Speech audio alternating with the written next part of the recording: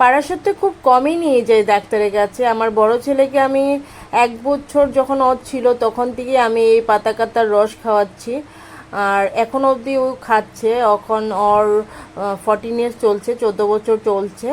তো আমি আর পার্থ খুব কমই ডাক্তারের কাছে ওকে নিয়ে যাই। যখন একদম পেরে উঠি না, ওইও পারে না, তখনই ওকে নিয়ে যাওয়া হয়। আর নাহলে ও রোজকার ওর এই রুটিন, সপ্তাহে 3 দিন या तो 4 दिन আমি ওকে খাই এই পাতার রস। আর এখন তো ওর সাথে ওর 2 ভাইও একটু একটু করে খাচ্ছে।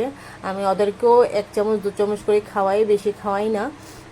এভাবে হ্যাবিটটা করবো আর কি। ওকে প্রথমে এইভাবেই করিয়েছিলাম, 1 চামচ 2 চামচ করে। তো এখন ওকে আধা গ্লাস অবধি দিই, আর অসুন্দর করে খেয়ে নেয়, কোনো অসুবিধা হয় না। আর এটা হলো লোহায় গরম, গ্যাসে যখন একটু বসাতে হয়, গ্যাসে বসানোর পরে লোহা ছোঁয়াতে হয়। আগের দাদু ঠাকুমারা বলতো না যে কিছু বাইরে কিছু থাকলে দুষ কাটে যায়, তো সেটা না, অ্যাকচুয়ালি এটার মধ্যে কোনো বিষাক্ত জিনিস থাকলে লোহা ছোঁয়ালে সেটা দুষটা কেটে যায়। সেই জন্যই এটা করা হতো। এই যে খেয়ে নিয়েছে, তারপরে ব্রেকফাস্ট করা হয় আর কি, কিছুক্ষণ পরে, আধা ঘন্টা পরে ব্রেকফাস্ট করা হয়।